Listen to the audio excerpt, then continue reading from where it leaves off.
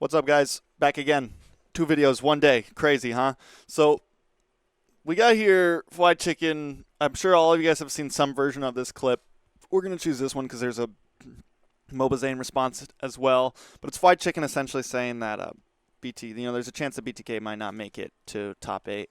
I'm here to kind of, I think Chicken kind of has a poor opinion on the format, or maybe just doesn't understand it completely, and I'm here to kind of break this down a bit more for you and why it's actually going to be a bit easier for some of the good teams to make it to top 8. But there are still a lot of opportunities for upsets. If you guys have any questions after this video about the format, I just dropped a video really giving a NACT format for dummies. I do it all, and I handwrite a lot of stuff out for you guys and really break it down easily in about 10 minutes. So go check that video. There should be like a card like right here that you can click on it if you want. All right, so Fwydchickn just made one of the hottest takes of the year for this NACT, and of course we know. Like I have a top 8 teams in mind when you ask me what teams I think are going to make top 8.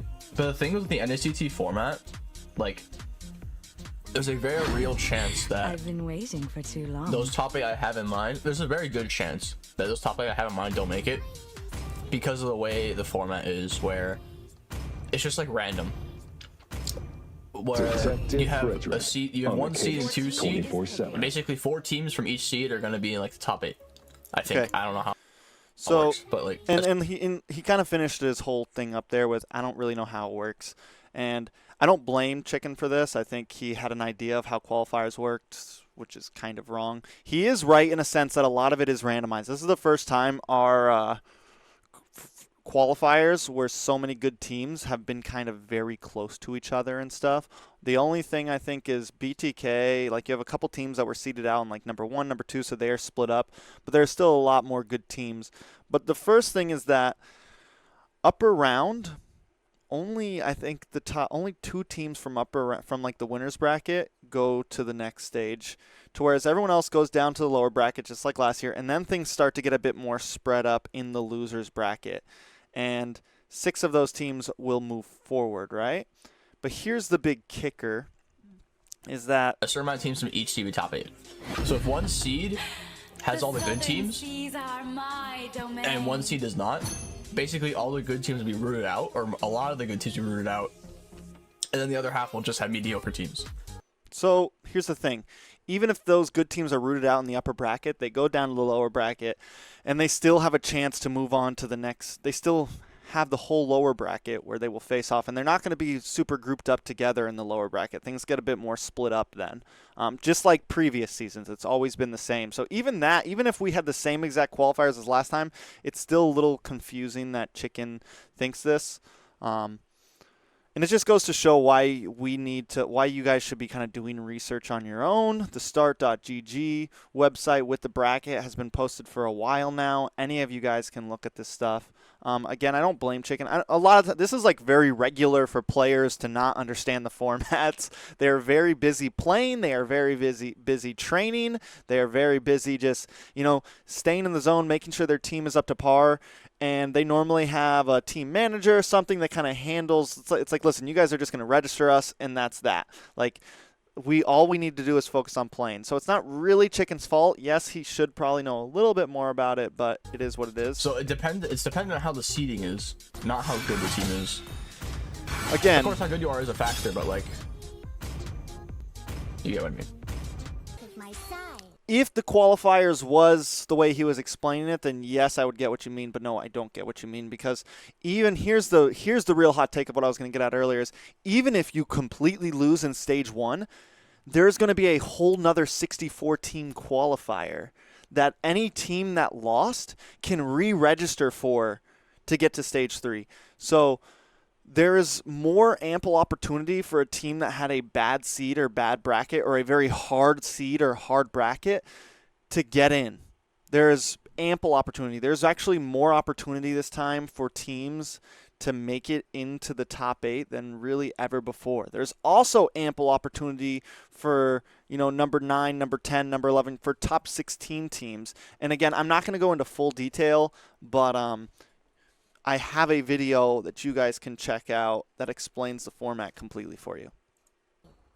Either forward push team.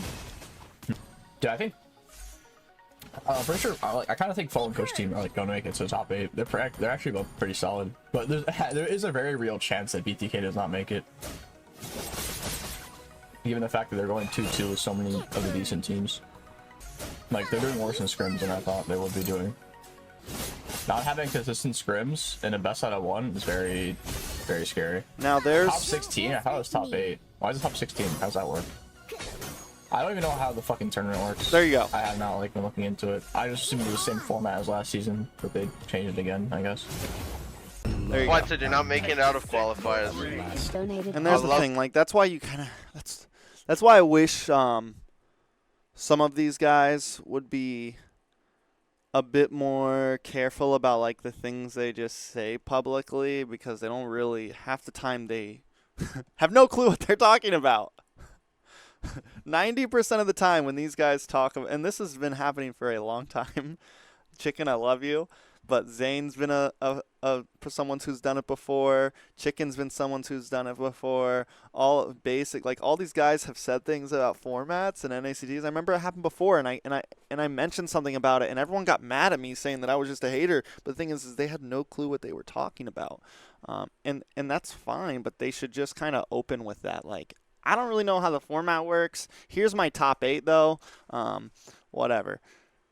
Because here's the thing. Like, we saw, like, 3 or 4 clips of Chicken, not with that final part of him saying, I don't really know how the format works. It was just him saying that BTK is not going to make it. And this is how Clippers also kind of, like, misconstrue stuff, and you guys only see the first 3 sentences and not the 3 sentences after, or not the stuff he says a minute later.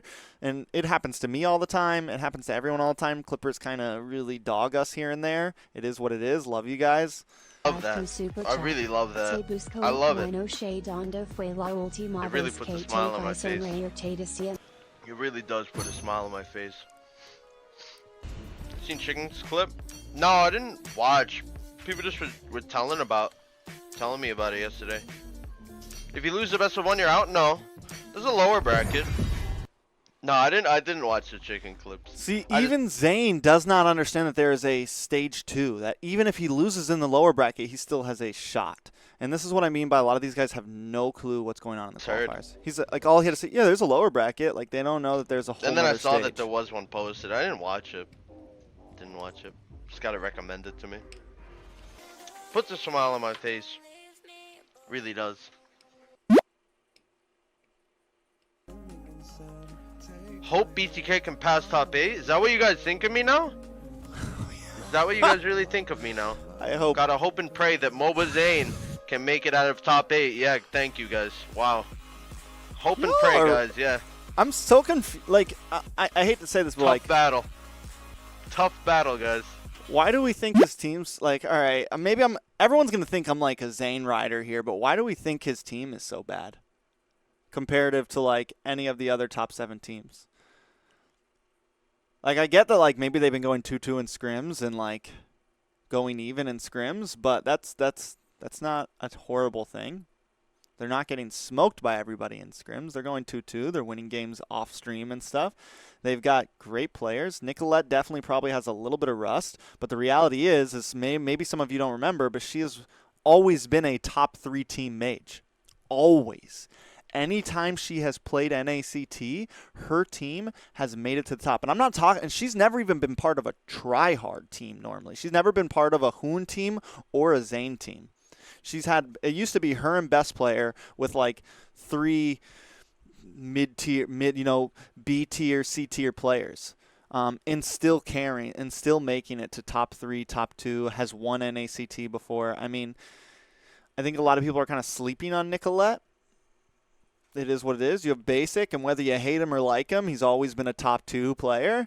I'm just saying they've got a decent lineup here. Cole World also has been a top 2 player, top 2, top 3 player regularly, has won NAC, has gotten all the way to the finals before a handful of times. I mean, the team is definitely a good team. I think there's definitely some hiccups to work out synergy-wise, but I think a lot of people are kind of like, let's not doubt them just yet.